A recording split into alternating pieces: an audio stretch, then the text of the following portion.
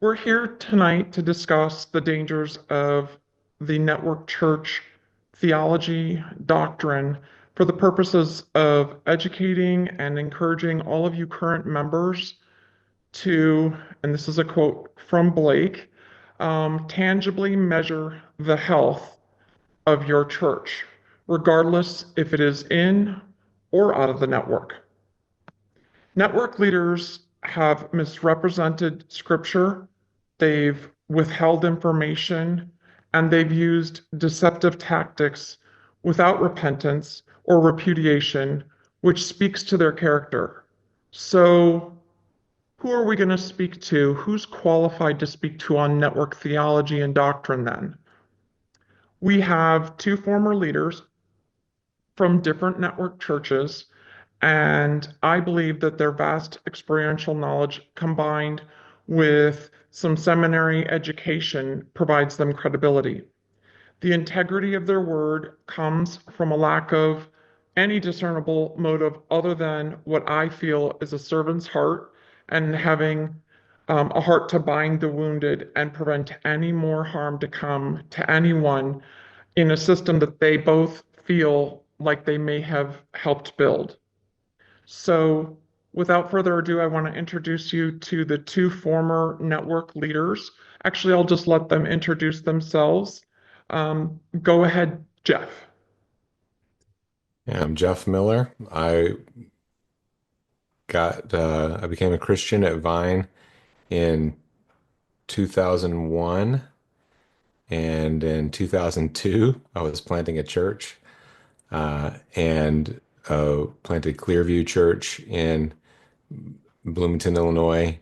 Left there in 2013 to go to City Lights Church in St. Louis, and then in 2018 uh, we City Lights left the network. And then a couple of years ago, we left City Lights to come back to Bloomington and plant another church. I've not been to seminary. And now I want to introduce Blake. Go ahead, Blake Hadley. Yeah, so I don't have as brief of an intro. I want to give a decent amount of background info on me, where I came from, kind of what happened during my time of the network, because I feel like that will form the rest of the conversation that we have about whether it be the structure of the network, whether it be some of the tactics by leaders, things like that. Uh, First and foremost, I'm a Christian. I'm a husband and a father. Um, I'm a member of Cassuth Street Baptist Church in Lafayette, Indiana, where I have the privilege of praying for, praying with, singing with, and growing with the members at that church. My network timeline starts in 2017. I was a junior at Purdue University. I was not a Christian at the time. I didn't grow up in a Christian household, and I was living a pretty dark and rebellious life. And so whenever I started attending Clear River, I heard the gospel, or at least a portion of it. I'll kind of get into that a little bit later, but I I definitely heard that God sent his son to die for sinners, and I knew myself to be a sinner and I needed a savior. At that time, I started just devouring my Bible. I think I was converted through my reading of Romans, the book of Romans and the book of Hebrews, um, and so experienced a lot of growth pretty early on in my Christian life, as far as like my desire to know the Lord more. Um, a few years into my time at Clear River, there was a church plant announced that was going to be going to Athens, Georgia. And I had kind of made it up in my mind that the Lord had done so much for me that it would be the least that I could do to uh, give up everything and travel across the country and uproot my life. And so in 2019, that's what I did. I moved down to Athens, Georgia, to plant South Grove Church with, I think it was 35 other individuals. And so I moved down there fresh out of college at Purdue. I didn't have a job lined up. I didn't have any money. And so I lived with the pastor, Bobby Malakote, and his family. for an extended period of time. And then so after that, I moved out and moved in with another family and lived with them for an extended period of time while I was trying to get on my feet, find a job, and get established down there. So I was pretty intertwined with the people there, with the church there. Um, I was in pretty deep. And in 2019, shortly after arriving, I became a small group leader, and I was a small group leader from 2019 to 2021, where I led the young adults and the college students. But it was mainly young adults because we struggled to get college students to attend at the time. But I want to get into a little bit, I guess the thing that propelled me into leaving the network. Um, so in 2020, my grandparents approached me and they said, have you ever thought about being a pastor? Would you want to be a pastor? And in my mind, it immediately goes to, that's not how it works in the network. That's not how it works at my church. You don't just desire to be a pastor and then pursue pastoral ministry. It's more of your pastor or pastors kind of identify that in you. They would say that um, God chooses you in the end. But anyway, I brushed my grandparents aside because of that. I wasn't going to be a pastor. But they were persistent, and they came back to me again later that year, and they asked, "Would you want to be a pastor?" And then they offered to send me to seminary, that they were going to pay for it. And so in my mind, I thought, well, maybe I could use this to become a better small group leader. Maybe this would equip me to be a better small group leader. And so I presented that idea to Bobby, and as long as I wasn't pursuing it, as long as I wasn't pursuing seminary in hopes that I would become a pastor, then he agreed to it. And the other stipulation was that I would meet with him um, to talk about what I was learning throughout my different courses, um, which which didn't really end up happening. But anyway, so we established that I could go to seminary, and I had no idea what to look for in a seminary because I didn't know anybody who was a Christian that had actually gone to seminary. And so I reached out to a friend at Capitol Hill Baptist Church in Washington, D.C., because he had had friends that had attended in the past. And so he sent me a list of seminaries, and I began Googling the seminaries, history of seminaries, and then I started looking up who graduated from these seminaries. So I think the first was Tim Keller, and he graduated from Westminster, or he got his PhD from Westminster Theological Seminary in Philadelphia. And then I decided to look up where Wayne Grudem went because Wayne Grudem is the network's theologian. I mean, they hand out his systematic theology to anyone who becomes a member of their churches. Um, and Wayne had gotten a degree from Westminster Theological Seminary. And at that point, I was sold. If that was good enough for Tim and it was good enough for Wayne, then it was good enough for me. And so I started my MA in theological studies in February of 2021. Um, and I want to say here, while I had heard from pastors at Clear River that seminary was more like cemetery because it's where Christians go to die, that was not and has not been my experience. I actually grew a significant amount in a short amount of time. My desire to know the Lord more, and my love for Him grew during that time, actually.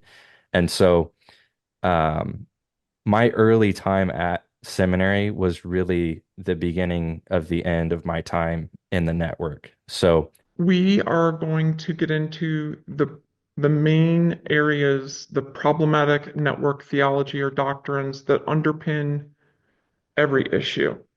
And so it was a little bit challenging to narrow these down to just four, but the first one on our list for problematic theology that underpins everything is the network's hierarchy and their ordering of people.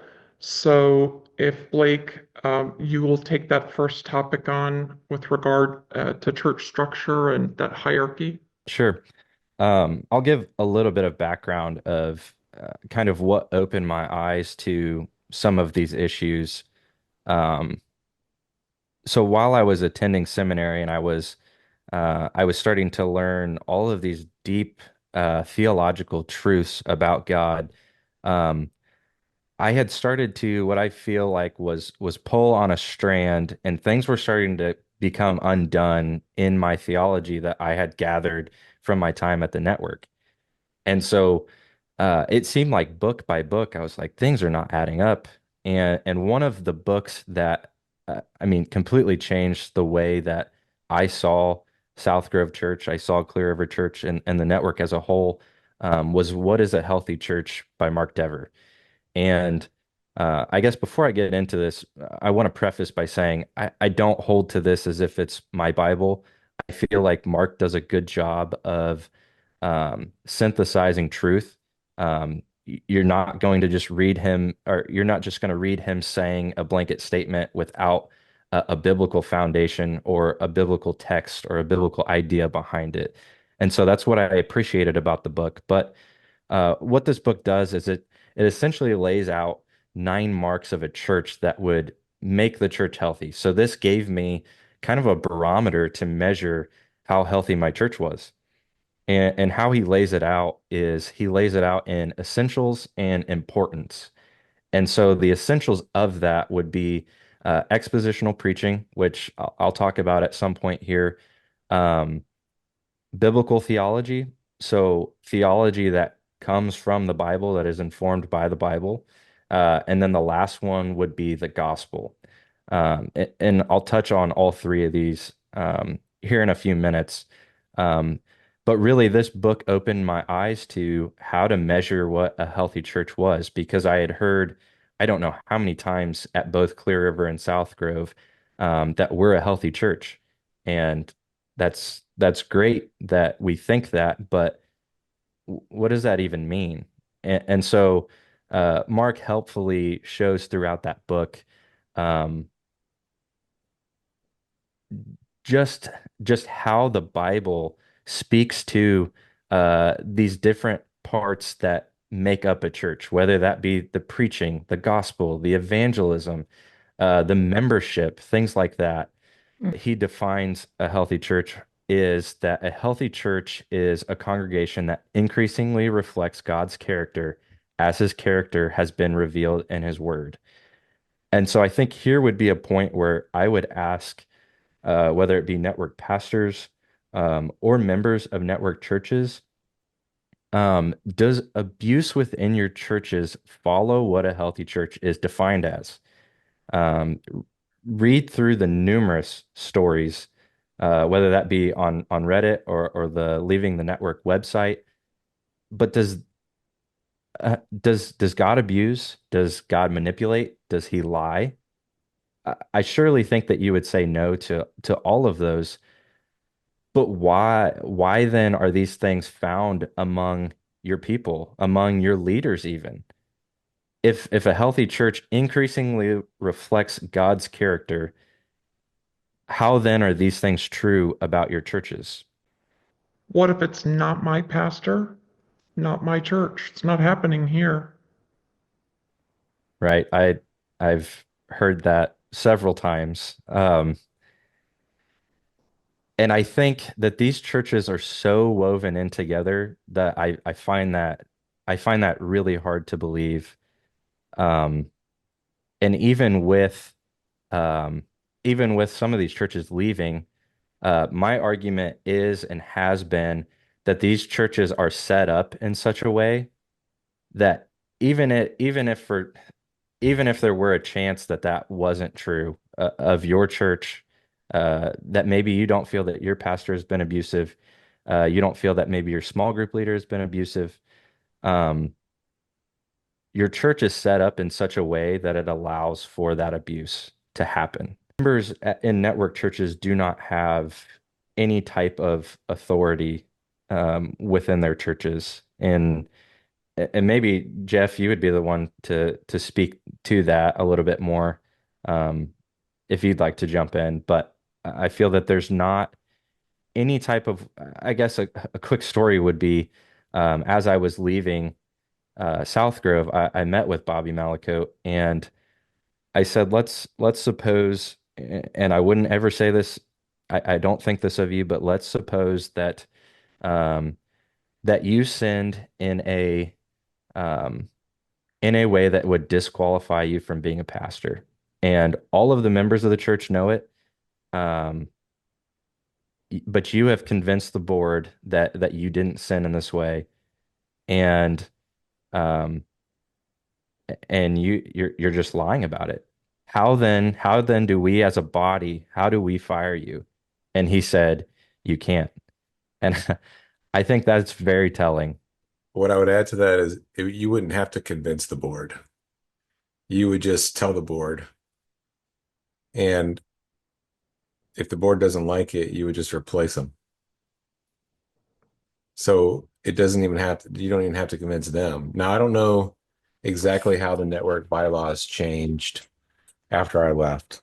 I'm told that they changed a little bit, but the way they were set up, um, and when City Lights left, what could have happened, according to our bylaws, is we could have just left and I could have just told the church we've left, and I could have told the board we're leaving. And if you don't like it, I'll replace you. That's what our bylaws said. And Steve Morgan would say things to us like, um, you know, I remember him saying once, you should always assume that you're right, especially when it comes down between you and somebody in the church. And you have leaders in the network who can tell you if you're not. And so all the accountability came from top to bottom. And what it felt like, interestingly, as a pastor, and it felt very lonely and unsafe. It felt like a huge burden to be right, to to know that the people in the church wouldn't even presume to be able to help me if I needed it. They certainly wouldn't presume to call me out. Maybe a new person who's been in other churches and healthy churches before we blessed them to go because they weren't getting with the program. But once somebody is a member in that church and they've been kind of groomed in, they wouldn't even occur to them. And I know that whenever it did come down between a lead pastor and anybody else in the church, even a staff pastor, they were always going to be backed by Steve and Shondor. No matter what they did, they just kind of had a mentality that you just don't buck authority. And maybe they would in private say, "Hey, you're kind of messing up," but they would never do the right thing when it came to backing up the person that they were having some kind of issue with. So and I know that when we left, one of our things was just like, look, if everybody's supposed to have a leader, somebody is not going to have a leader. Like, but I just said, and I told him at the time, I just said, I'm not saying you would ever do anything, but if the next guy comes along and asks us to drink Kool-Aid, and we're all like so trained that whatever you say we have to do, that just seems really unhealthy. And really early on, learning about the authority that pastors have and small group leaders. And even thinking of it as kind of a badge of honor that we were so submissive, like other people are so rebellious, we're so submissive. Because we trust God and we believe. I mean, I really remember believing as a new person at Vine that the pastors knew everything. Like they knew everything about me. They're like everything I think about, then God tells them, like because they kind of presented themselves that way. It took me a while to realize a lot of it was smoke and mirrors, but Mm. but at the time, that's kind of the mystique around, coming in and like, especially if you're not used to being around a charismatic church where people are claiming, these things. and and you're just kind of impressed by it. So Number one problematic theology was the overall hierarchy, and that's where church structure falls under that. That's where Blake was mentioning the book that was so made such an impression on him. What it's called, "What is a Healthy Church" by Mark Dever. Um, and then Jeff, you just mentioned the pyramidal structure, which Blake might have also mentioned. Did either one of you just mention about how? I know one of you said something about how they followed Grudem so much. Does this pyramidal structure of the network governance and accountability, um, does that contradict or does that Grudem's mainstream evangelical theory? I th I think if Wayne were introduced to these churches and knew what their structure was like, he would be very perplexed that either these pastors have never read him before, even though they're handing out his book, or they've read him and completely disregarded what he said. Um, I've got some quotes from his systematic, but before getting to those, I kind of want to lay a foundation of what I feel like is lacking in membership, because I think it's one thing for us to point out issues that we see, and it's another thing to say, hey, this is the better way. Um, so I'll briefly walk through that, and then I'll quote Grudem kind of at length because I've I read this in the past after leaving, and I wanted to see what he said about church structure, and it's pretty eye-opening. Um, but I think the concept of church membership is a big deal for all churches, but really network churches too, because what's confusing about them is they have membership, and they would say that they have meaningful membership because these members serve in some sort of capacity basically every week. They're either small group leaders, or they help with the kids, or they help with coffee, or parking, or whatever it may be. And so they would look at that and say, these members are healthy, functioning members if they're serving in a capacity like that. Um, but I don't think that that is actually meaningful membership the way that the Bible describes it. Um, uh, Meaningful membership would mean that individuals are incorporated into the body in practical ways, in such a way that Mark Dever says in his book that they are traveling together as aliens and strangers in this world on their way to their heavenly home, um, which maybe my network friends would agree with that.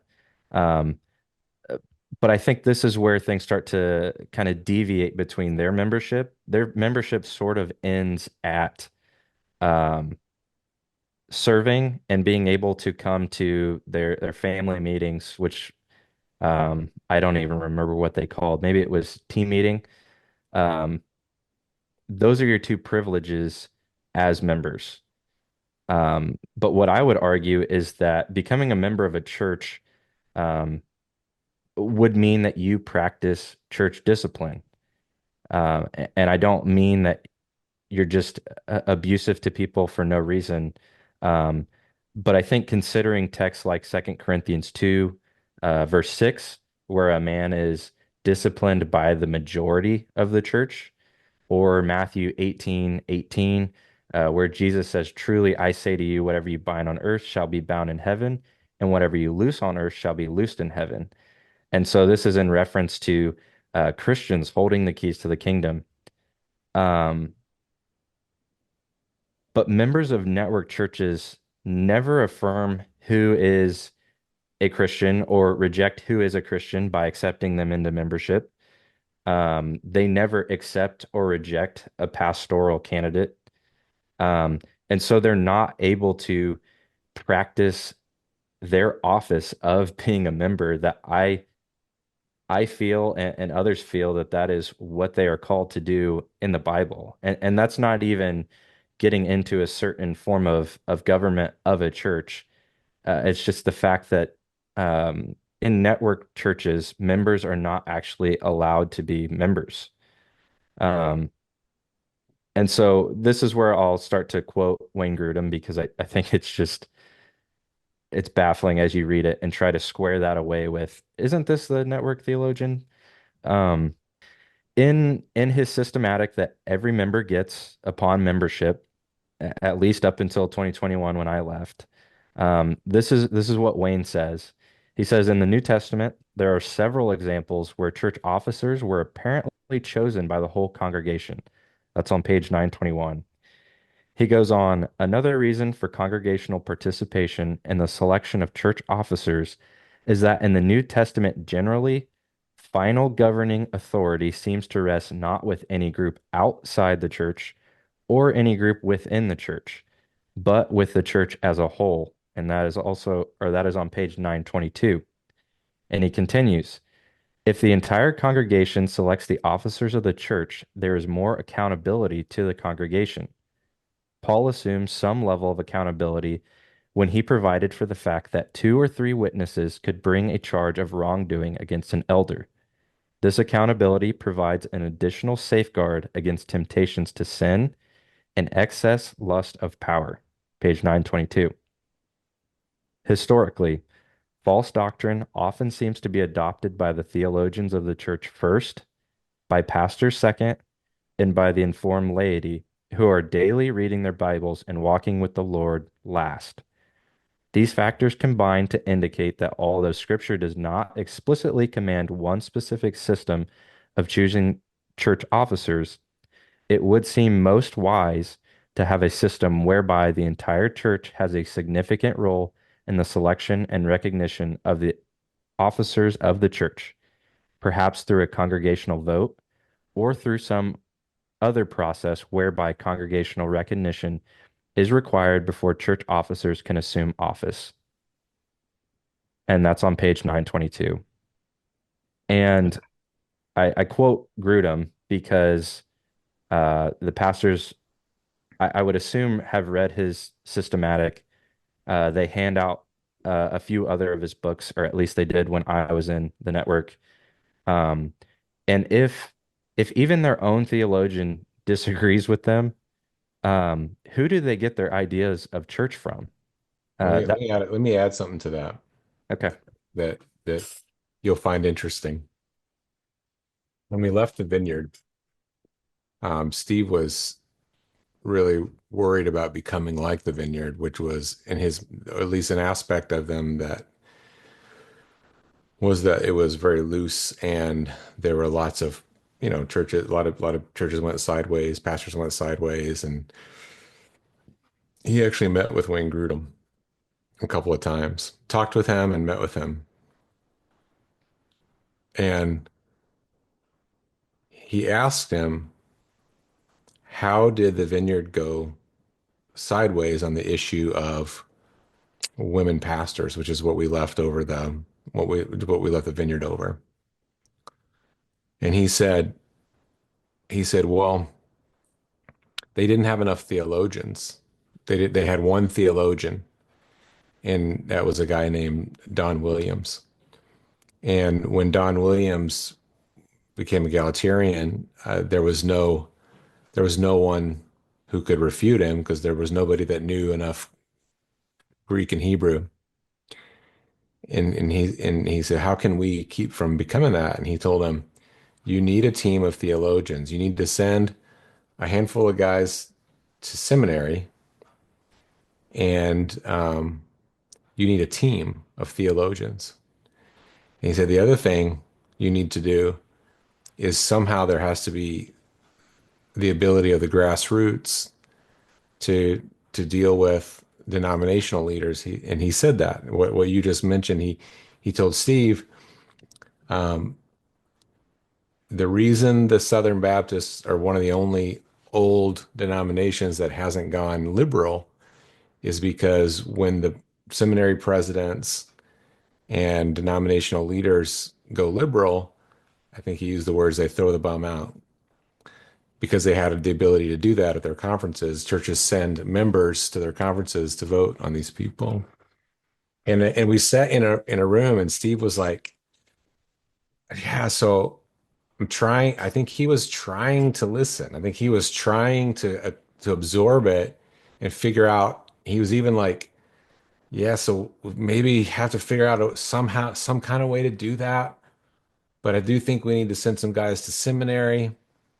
Um, Incidentally, I started to tear up because I remember feeling like moved by that. I was kind of excited by that because I've always enjoyed theology and like to study and I remember I said something to him afterwards about it and he was like, "Yeah, not you." And he said, "And it needs to be somebody that's, we can lead." And, maybe five guys, not and Grudem said, not everybody has to get a PhD, but maybe one or two need to get a PhD. Someone can get MDiv. So the plan was to send Brian, who was a staff pastor at Blue Sky, and Casey, who was a staff pastor at Vine. And then there were going to be some more. Well, that was like a hard experience because these guys were coming back, like, presumably, some of this I'm presuming just by things that were said, they were struggling, but they were wrangled. But it was so hard that Steve was like, "Yeah, we're not we're not sending anybody else to seminary." Okay. And this thing with the grassroots never materialized. And some of it has to do with, in the end, it came down to where's the control? Like, how do I have control? And there was not a willingness for whatever reason. Um, the the the advice was ignored, and his need to control overrode, especially when he saw how hard it was to control the guys that went. And so, just to add to that, because your question is like, how do they?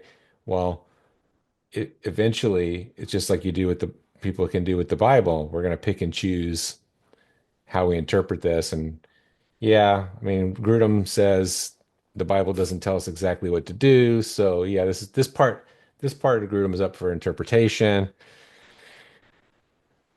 So that's kind of what happened there. They never threw him out. They never threw out Grudem, but it was let's decide what benefits us on a higher value of control and uniformity.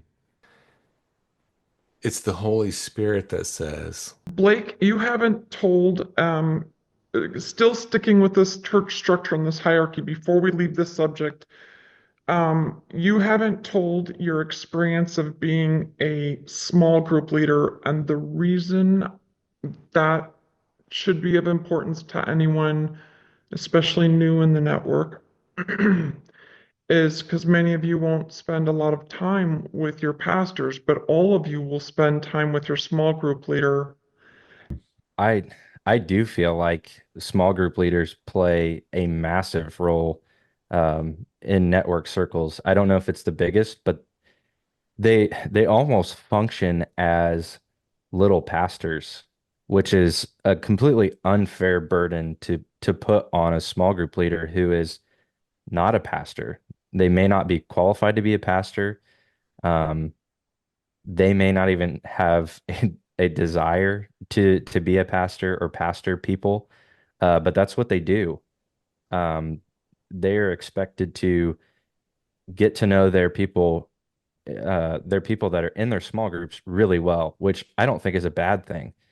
Um, but it's a little bit deeper than that. You are supposed to know almost everything about them, and especially their deepest hurts, um, how they've been deeply wronged and or sinned against, or how they have wronged or sinned deeply. You are to know those things about them. what's next for them. That's a part of it, is it's not only, where have they been, but it's what does God have next for them? What's he doing in them? Which again, I feel like is an unfair burden to put on these small group leaders. So I do feel for them. I do feel like they're being manipulated at some level, but also small group leaders, you will be held accountable for what you're doing, manipulating people, um, taking these deep things that they tell you in confidence, and whenever you tell a pastor about that, and you give that to a pastor, you are giving them more and more and more control of these people's lives. You're acting as a sort of a middleman in all reality. Um, and that's when I look back on my network time, especially as a small group leader, that is the part that I regret the most, is the amount of people that trusted me, um, and I don't think should have trusted me at that time. I think that's pretty standard fare. I would say for my small group, I probably held withheld information from Bobby more than I told him. But I do know, I mean, I know from experience being in a small group leader, or being in a small group um, with other just normal leaders, but also pastors who were small group leaders at the time. And those were that was by far my worst experience in small group because that pastor knew everything about me. Experience was, he knew how to pull my strings. Um, he knew where my deepest hurts were. My deepest hurts were with my dad growing up, which I feel like is probably a common theme among pastors and maybe even small group leaders. But him knowing that, he would he would show me favor. He would spend time with me. Mm. I was his favorite person in the world whenever I did what he told me to do. But whenever I disobeyed him or I withheld information from him and he knew about it, he wouldn't give me the time of day. So he would reward me for doing well, and he would punish me for maybe not even sinning, but maybe not doing exactly what he told me to do. I would say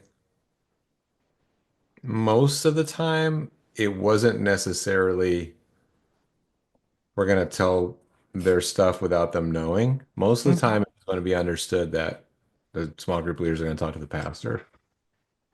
Okay, and I mean I remember the first time the first time Steve started telling me stuff about people. Like I remember when I agreed to plant a church and he invited me to a retreat and we were we were sharing a room and he started talking about people's sin and people that really had nothing to do with me, people at Vine, not anybody that I and in the way he was for him it was like he's trying to teach me things. But at the same time it felt weird.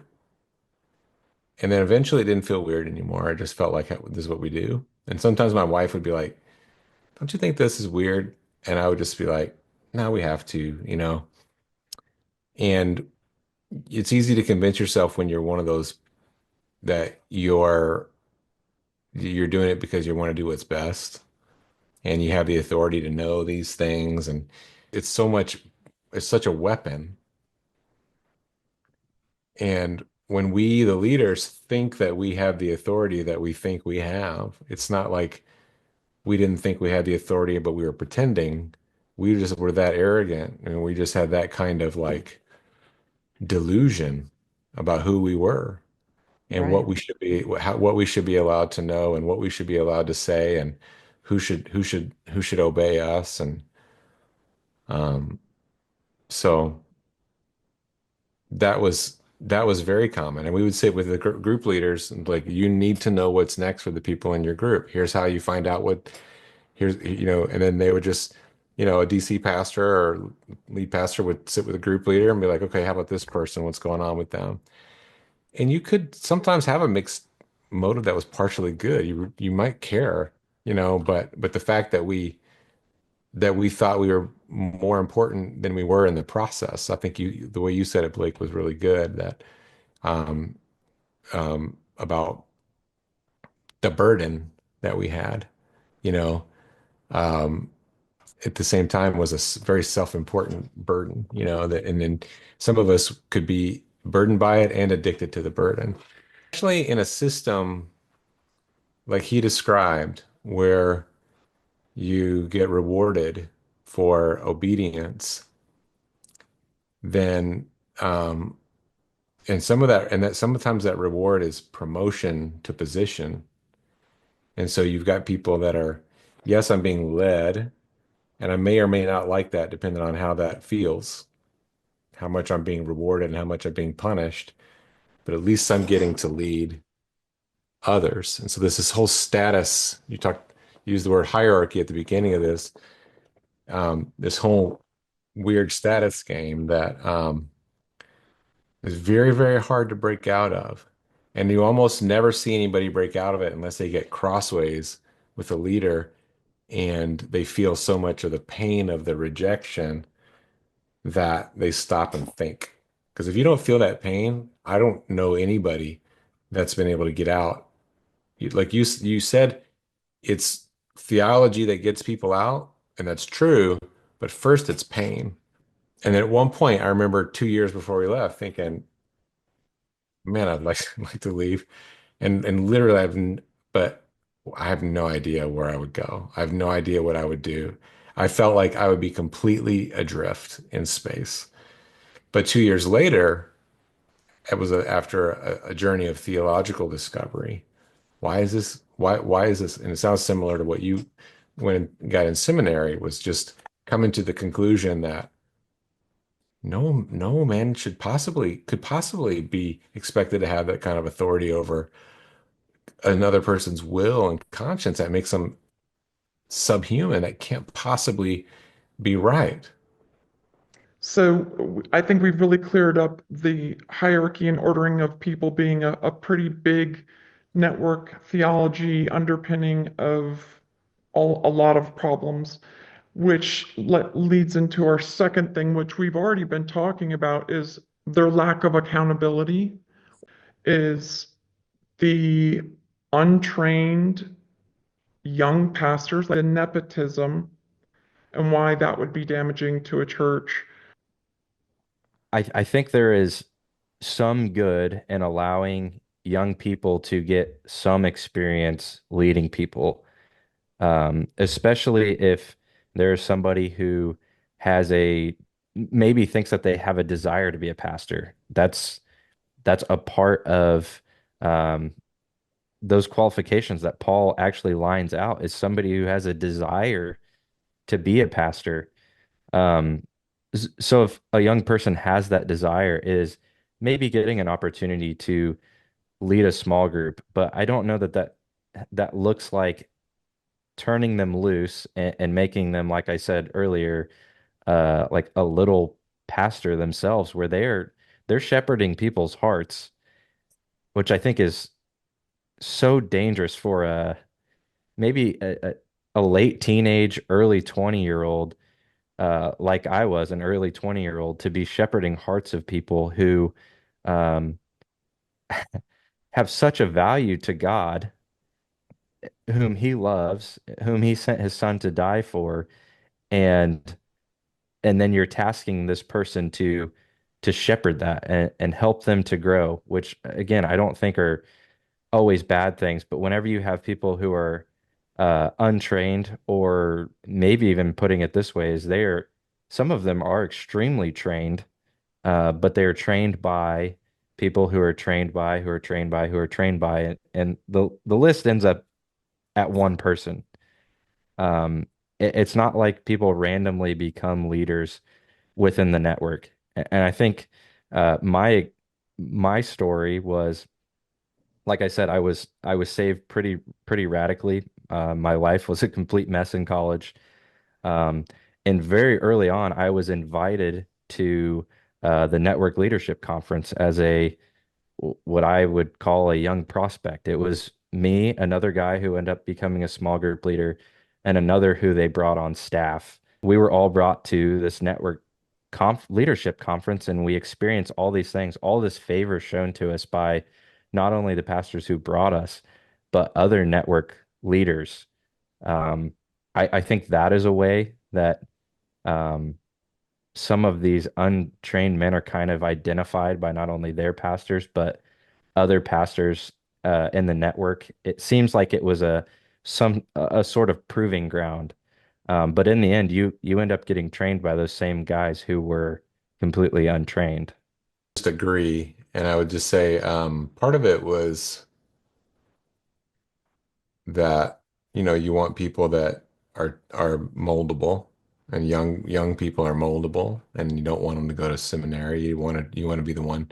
You want them to learn everything they know from you because we thought we were right about everything. And but the network has one pastor. They're all branches, and all the lead pastors are branch managers, and and that's how it is. And if you wanted to, and if you really wanted, I mean, the pastors that brought you, they're looking for affirmation that, hey, you spotted a potential church planter, and you can you've got the stuff to find them and lead them, you know, and and it was, I remember once we had one of those things, and we well brought people, and it was like there wasn't anybody that Steve was impressed with, and so he kind of like dressed us down in a way, like where we're all just sitting there like feeling like a bunch of losers because we can't bring somebody that'll qualify. And that was the badge of honor for a lead pastor, is that you're okay, maybe you became a pastor, but do you have the stuff to identify and raise up another pastor? And Mm. because everything in the network depended on that. It depended on that. And Steve would always say, you can never follow somebody that's not a higher leadership gifting than you. You can never lead someone that's not a lower leadership gifting than you. And I would just sit there doing the math and go, if that's true, how do you expect the church plant that church planted to then plant the church? And if you look at those are the churches that struggle the most, and I thought that can't be right, but that is right in that structure. Because if somebody is going to be my dad, they better be they better be stronger than me. Steve's like the tallest guy in the network, and like it it it's yeah, it works that way because that's what it takes if you're going to follow somebody like that. If I'm expected to be the strongest, wisest person in the whole entire church, that's gonna be a cap for who can be there, and it's going to work that way because somebody mature comes in and I'm like, I'm your dad.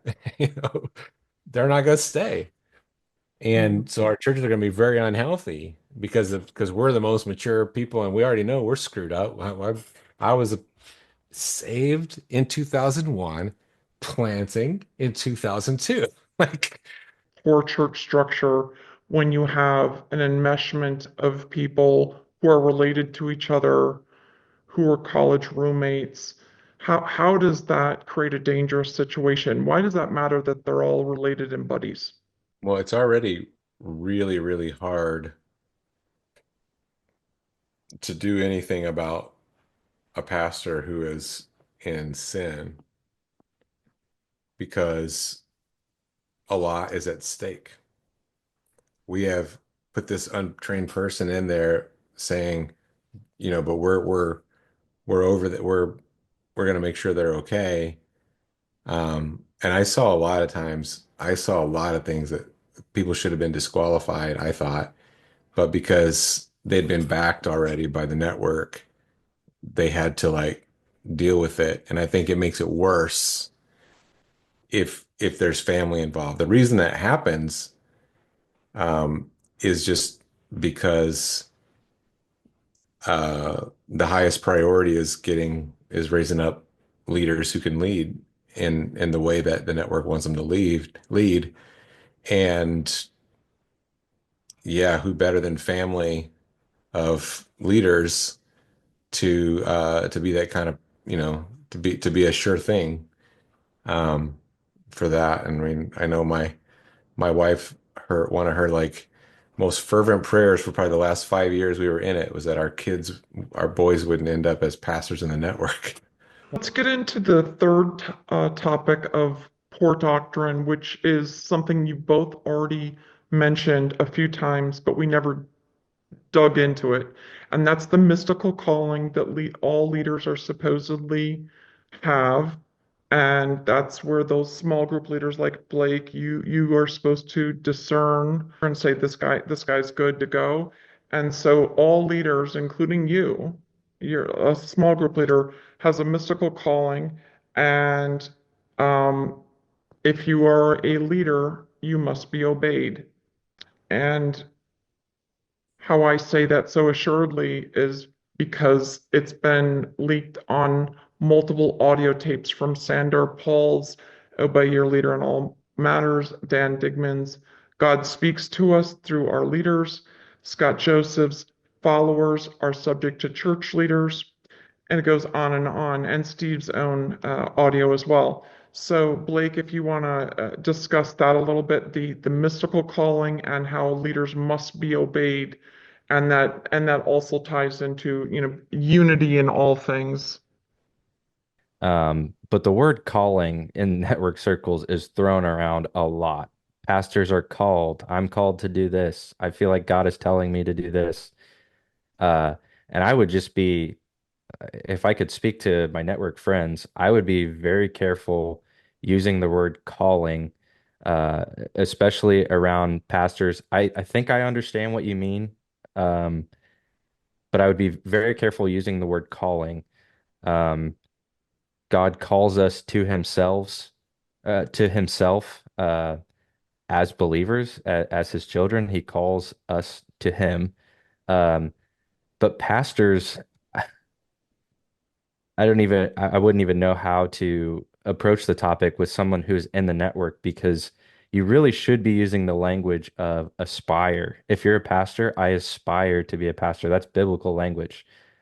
You're not going to find um, Paul writing about, hey, pastors, you're called to do this, or you're called to be a pastor. We just know that it is a mystical calling, and um, I think what I talked about earlier about membership, church structure, how that works, that fits more in line with what I'm talking about of pastors aspiring to be a pastor, and then that congregation seeing, oh, this person is acting and um, they seem to be like a pastor. Maybe they should be a pastor, and then they affirm them as a pastor. But that would be completely foreign in network circles. Um,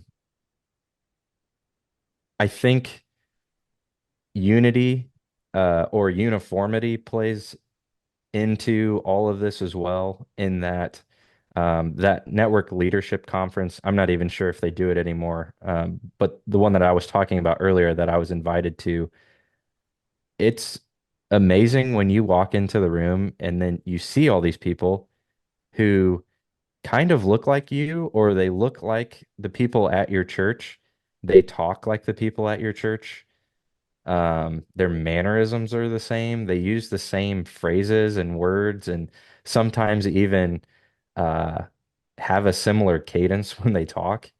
It's a very odd experience. At the time, I was just amazed. I was like, wow, there are all these Christians across the country and the world who are exactly the same. And I was in the room when Shandor gave his talk on unity, and what he calls for is uniformity. There's a complete difference in that in the Bible. When Paul and New Testament leaders are calling these Christians to be in unison, to have unity, that's to beckon back to Israel and how Israel was in disunity nearly all of its existence in the Old Testament.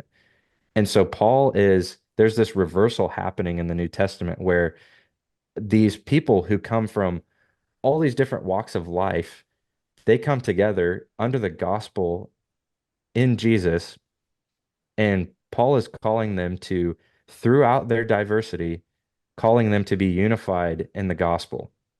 that is completely different than what network pastors and leaders are asking for, and that is more uniformity. And I would just say this, that uniformity that belongs to cults, where unity is a Christian doctrine. It's a Christian belief. It's the Christian life. Your life is lived out in the local church among Christians in unity. And that means even though you come from completely different walks of life, um, God has brought his children together to live together, and that allows us to live out all of the one another's that the New Testament calls us to do, to serve one another, to love one another, to abide with one another. Um, and it allows for us to be sanctified as believers. Um, so I just think that that the uniformity that the network asks for is not what the Bible speaks of. I think some of it is this simplification that plays into the control, and it plays into obedience. Are these people going to obey me? Is this person going to obey me in the small things? Because they almost twist uh, Jesus's words, entrusting these people in these small things to make these small changes. Then you're going to gain more and more trust, more and more trust. And Like the testing in First Timothy 3. So many people think that we left because we wanted to homeschool our kids. I mean, we already had our kids in school. It wasn't that. It was that you don't want me to homeschool because you don't homeschool. And that was like, Shondor's when he started talking about the unity issue, it's because in dealing with us on that issue, he was like, oh, it's not like it's a big deal, but disagreement is a big deal. If we're going to stay together and plant hundreds and hundreds of churches and not go and not anybody leave, we have to be unified on all things great and small. And there was nothing you could do to convince them that that couldn't possibly be what the Bible would teach. And they would take the passage that you would, Blake, use to prove that it's unity, not uniformity, to try to prove that it's uniformity. And so it was just very overly simplistic, based on control, based on we've come to believe that if someone's humble and teachable, then they're going to believe everything that we say. Mhm. Else, and they can't be led, because the most important thing is to be led. I remember Steve saying, I'm going to put Jeff on a short leash, just because I was creative, and he wanted the churches to be uniform. And that was not even, we weren't yet even talking about our personal lives being uniform on all things great and small. It was just the way the churches were. But you asked about the mystic, and again, I'm not saying it was right. I'm just saying, like, it was a skill of finding that right kind of person that most small group leaders don't start out being able to do very well. And so, but they're being led by the DC pastor who does know, or at least the pastor who knows, or at least Steve Morgan who knows this, or his like apostolic team that is somehow ordained to spot pastors and overseers. But but this now, I'm not a cessationist. Um, I believe in the Holy Spirit. I believe in the gifts of the Spirit. I'm super skeptical, and I am very skeptical of using a subjective idea to lead somebody. I mean, I won't do it, even though I think something could be God. If I have to say it could be God, then I'm not going to rely on it. Bucket for things that are subjective and things that are objective. Things that are objective are provable, logical, biblical, right there in black and white. Subjective is, I believe I'm called. I believe God said. I'm being nudged. I got a notion. Totally subjective, and I will hardly even do it. And in fact, I'm a little damaged. Like, I probably should be a little more trusting of the Spirit's ability to speak to me, but I just tell him, like, you got to be real clear, because, like, uh, God, I've been hurt, and so have everybody in our church, and um, we probably don't need any of that in order to have a healthy church if we just have what the Bible says. And so is the thing that I was so impressed with when I first came around, having been raised in the traditional church in the South, but it's the thing that I most regret being a part of in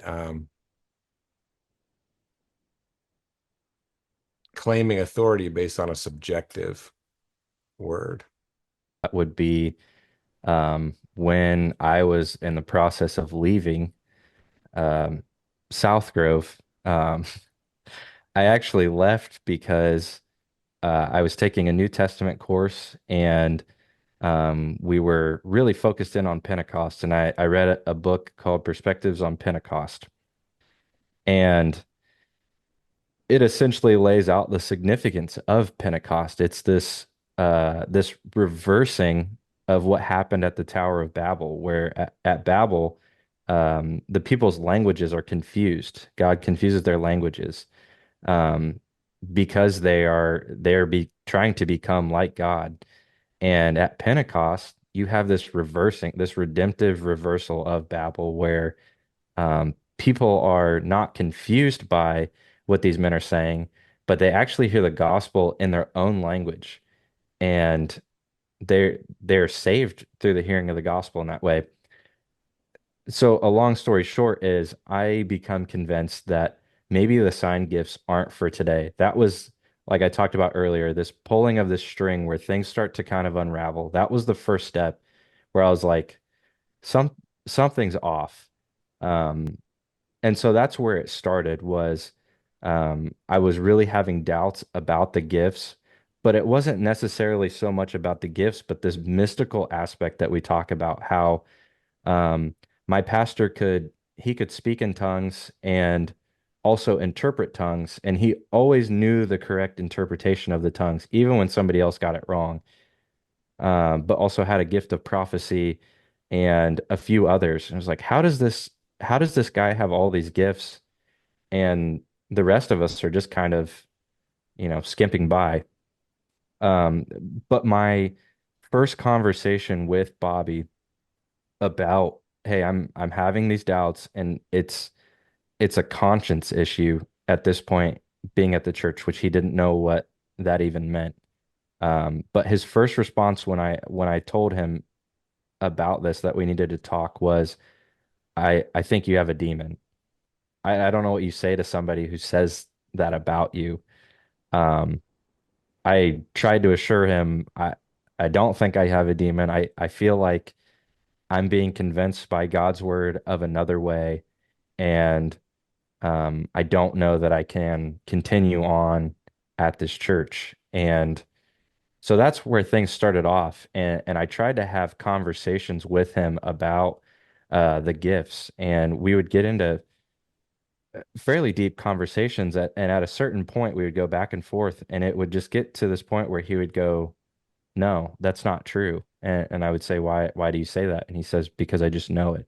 To several issues in the network is, if once you press hard enough, you're going to get because I said so, or I, Just trust me. yeah, just trust me. Fourth major point, the relational leadership.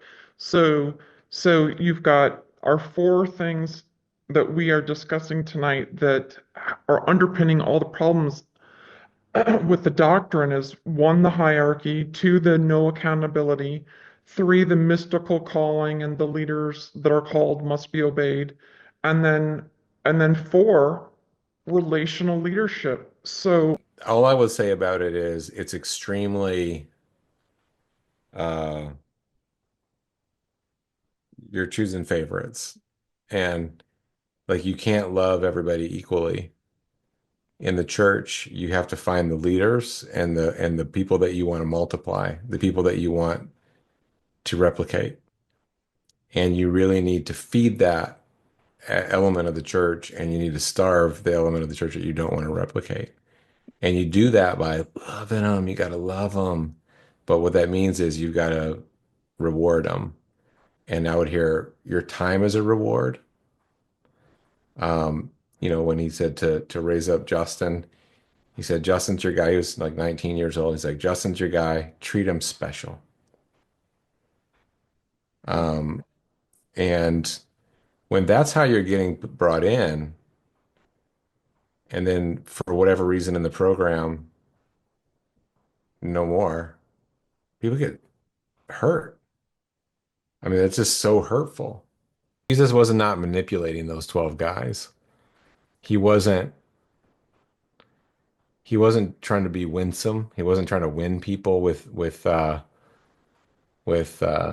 treating them special. He was very upfront and open about it. Um, and it's kind of like you 12 are going to die with me.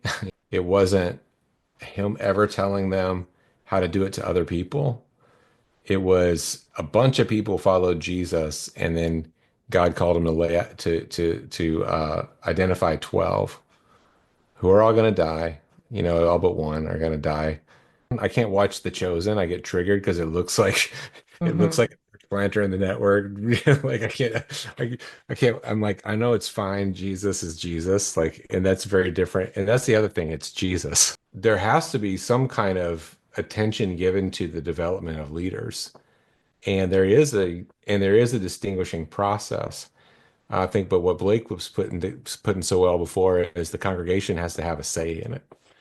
And so once someone becomes an elder at our church, they're probably going to be spending more time with me than anybody else because the church nominated them to fill a role, an equipping role, and that requires some time.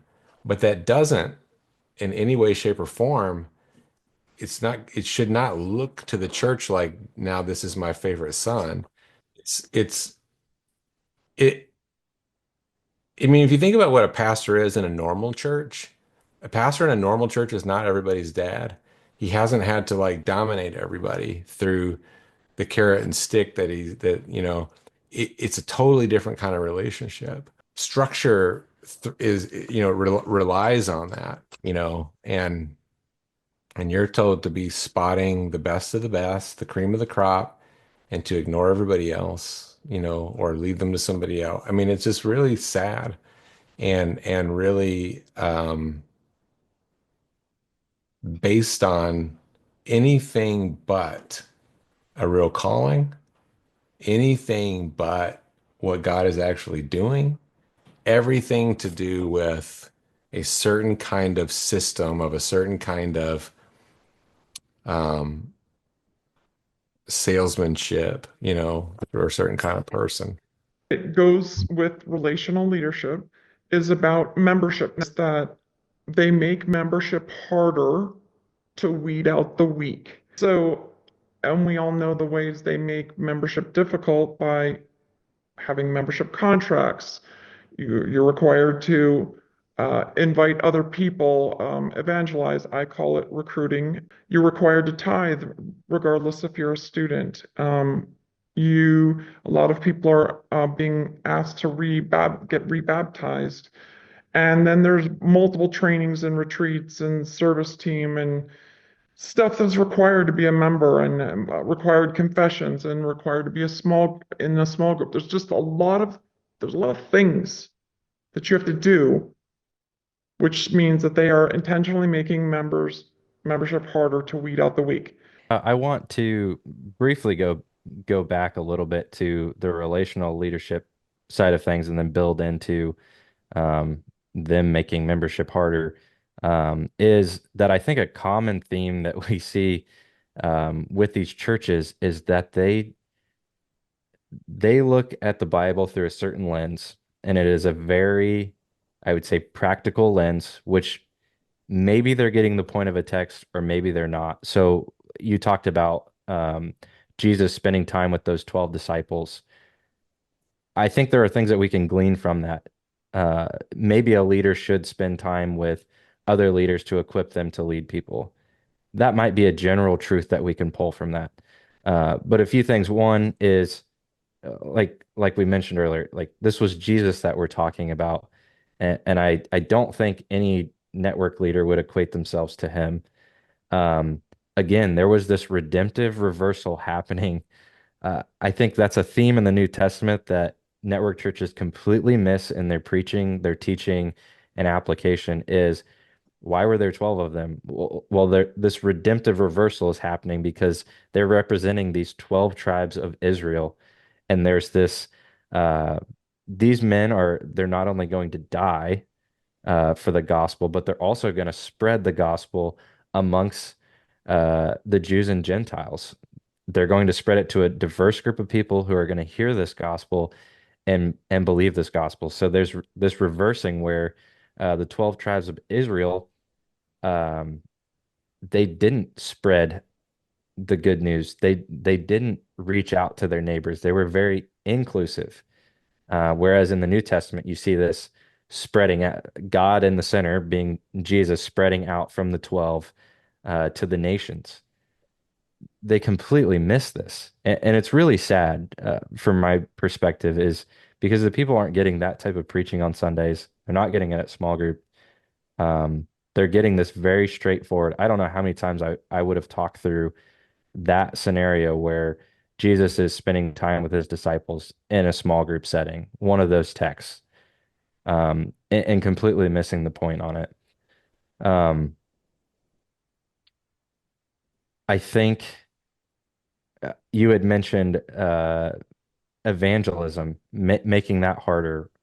I think they missed the point of evangelism even. It looks like inviting people. Are you doing a good job inviting people, especially if you're a small group leader?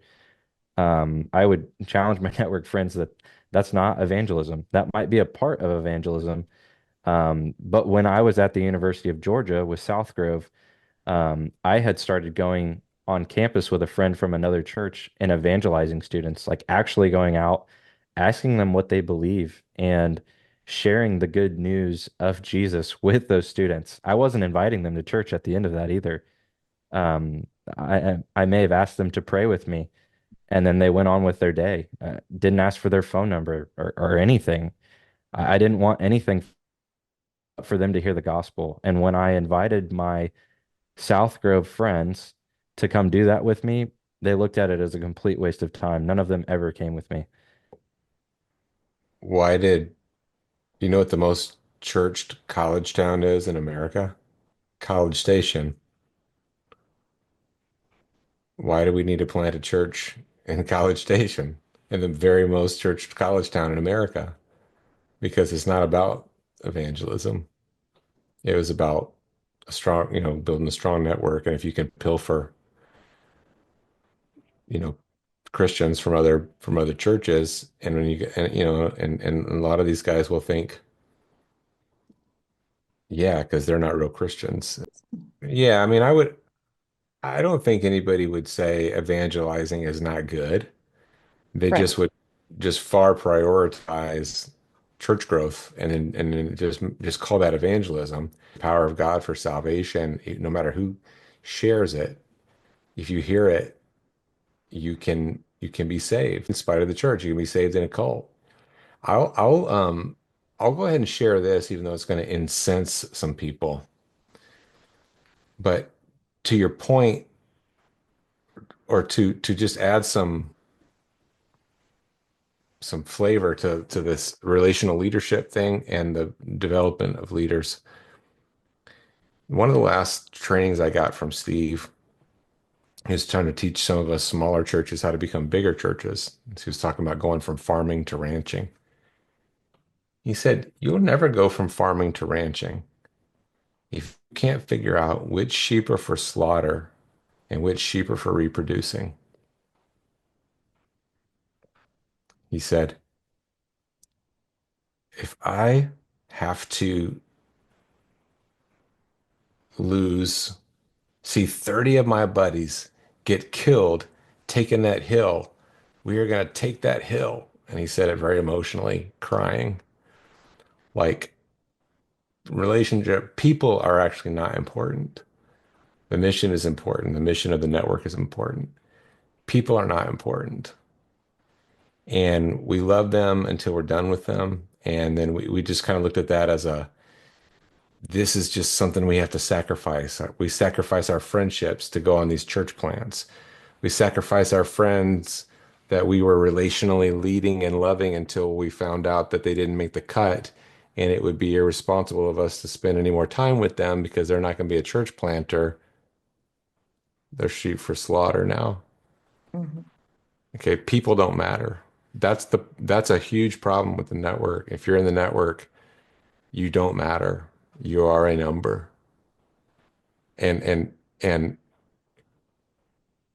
and part of the twisted thing was that he was crying about it. Like it's a sad thing for him, but true. This is how it is. I think it has something to do with a twisted view of the way the father treats him. Mhm. You know, like just because of his own issues, he sees the father that way. And so he is absolutely righteous in his mind and his cause. And even today, he's probably sitting there thinking he's being persecuted. And if he finds out I said that, oh, he took me out of context. This is context. This is the context in which he said it. Did he really love me the way he knows how to love people? Yeah. He probably cried his eyes out when I left. Would he send me for slaughter? Absolutely. I mean, absolutely. If it accomplished the mission. So I think much more than an evil mastermind, we're talking about a messed up, twisted person at the top. But the shunning of certain people and treating them not as kindly as you wish you had, maybe. And so that started at the very base level. That wasn't just Steve and the top guys like Jeff. That was from day one in a small group. Is that Definitely happened in my last small group at Clear River. I wasn't a leader at that point in time. I would say that I was someone who was influential in the group. Um, but we definitely, I mean, we probably had three or four people who were um, just different from the rest of us. And those people got less and less time until eventually they went somewhere else. Um, I don't know that that really happened in my small group at South Grove because it was mostly comprised of people who moved down anyway.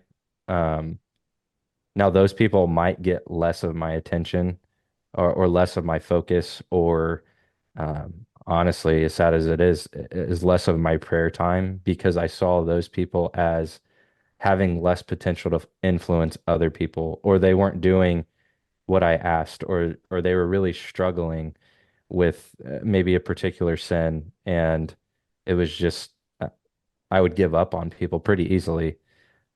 So even that if I could prick the consciences of any small group leaders, any current small group leaders right now in the network, even your lack of prayer for for specific members who might be different or who might be difficult, that shows more about your heart um, than what they're going through or who they are. Um, I don't want to end this before I talk about we had talked about making church difficult, what it was like being a member, what it was like being in relationships. Um, I wanted to talk about what it was like the first church that I became a member of after leaving South Grove in Athens, Georgia, and then the church that I recently became a member of in Lafayette. Both of them when we became members, they told us this is how we want you to serve us for the next 6 months or so. We just want you to be here on Sundays, get to know people, and pray for the church. And by doing that, you're doing what a member should be doing. And I can't tell you what a relief that was after leaving South Grove. What a burden that was. And I think that demonstrates they knew the pastor knew what I was coming out of. He knew kind of my hurts. And I think that shows more of a heart of Jesus than I saw in most of my time in the network is that look how Jesus says that he'll treat those who are weak or how he treats people who are weak in the Gospels is um, a smoldering wick he will not quench and a bruised reed he won't break. That couldn't be the opposite of my experience in the network. this network doctrine that we've been talking about? It's their ultimate truth. It's what they believe. They've elevated it to the network theology. It's what others might call their sacred science. If you look at the 8 signs of a dysfunctional church, one of them is a sacred science, believing that your thing is better and right more than anybody else, where you can't question too much. And even if you do, you must ultimately accept it because of not unity, but because of uniformity. So, to my knowledge, none of the churches that have claimed to have left the network have changed any of their bylaws. They have not repudiated any of this doctrine that was associated with the network that they all grew in. So, would either one of you consider any one of the churches that have left the network as now being safe or healthy places of worship simply because they claim to have left the network? uh, if nothing changes, like I said earlier, the question that you proposed about what if my pastor, I haven't experienced abuse from him or my small group leader or whatever it might be, is that these churches are designed in such a way that it allows for abuse. And these churches that have left, they're leaving with a certain mentality, a certain teaching that is deeply ingrained in them. Um, and if I think one of the biggest things is if that structure, that church structure where there might be a board, there's the pastors, and then everybody else is underneath them, if that stays the same, I would almost consider these ex-network churches even more dangerous. Um, because at least in the network, there is some sort of, with South Grove, there was a tie to Clear River. There was a tie to Vita Springs. I'm not saying that that was a good tie at all. Um, with these ex-network churches, if they are truly broken apart, who is above your pastor? And the answer to that is absolutely nobody. So my exhortation for uh, the pastors of these churches and the members of these churches would be one, for the pastors, give your people the ability to fire you. And I don't say that to be rude or to be mean. Um, if you have equipped them, like you say that you have, you've given them the tools to live out their Christian life, their Christian duties, um, give them the ability to fire you. Members, if the pastors don't do this, I would say that your only option is to leave, especially those pastors who are being well documented of having cases of abuse. Um, these men who are a majority of them that I experienced are not qualified to be pastors. And if that's the case, then the New Testament, Paul, he puts the burden on you to stop listening to them. Like he says in the Galatians, if anyone comes to you preaching a different gospel, um, if anyone comes to you teaching false doctrine, I would throw in there if somebody is being abusive, is uh, bearing God's name in vain, if they're not representing God as they should be, um, stop listening to them. And so members, you staying at these churches, you will give an accounting for that. It's not that your pastors will give an accounting for how they led you, but you will give an accounting for what happens in your churches. And so that's what kept me up at night toward my end of the time in the network. And I would put that burden on you because I think the New Testament and I think God puts that burden on you. I agree with everything that he said. Um,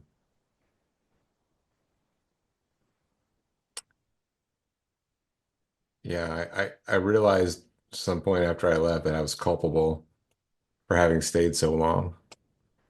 And I would say if your pastor is nice to you and you love being there, as long as he thinks that he has that kind of authority over you, he is still abusing you, and it is still doing damage to your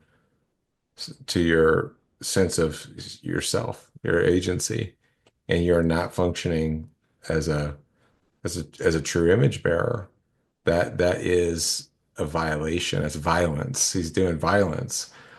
And as long as that is not renounced, these four things, but especially that,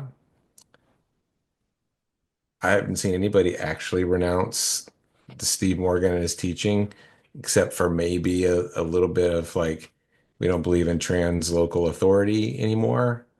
Um, which why? Why not? So why do you not believe in it, but you believe that you have authority over the people and the members? There is no other way for a church to be safe from a pastor or a pastor to be safe than to give the church members the authority to to hold them accountable. No profit can come from the outside. No denominational head if you still had those and you don't. But even when you did, like you said, it is a little better because there's somebody that the church can go to, um, and that sometimes can work. But as it is, why did they leave? Probably to get away from the scandal and the news and the reviews. And but if they don't come to these conclusions, it's going to be a very, very unsafe, unhealthy place.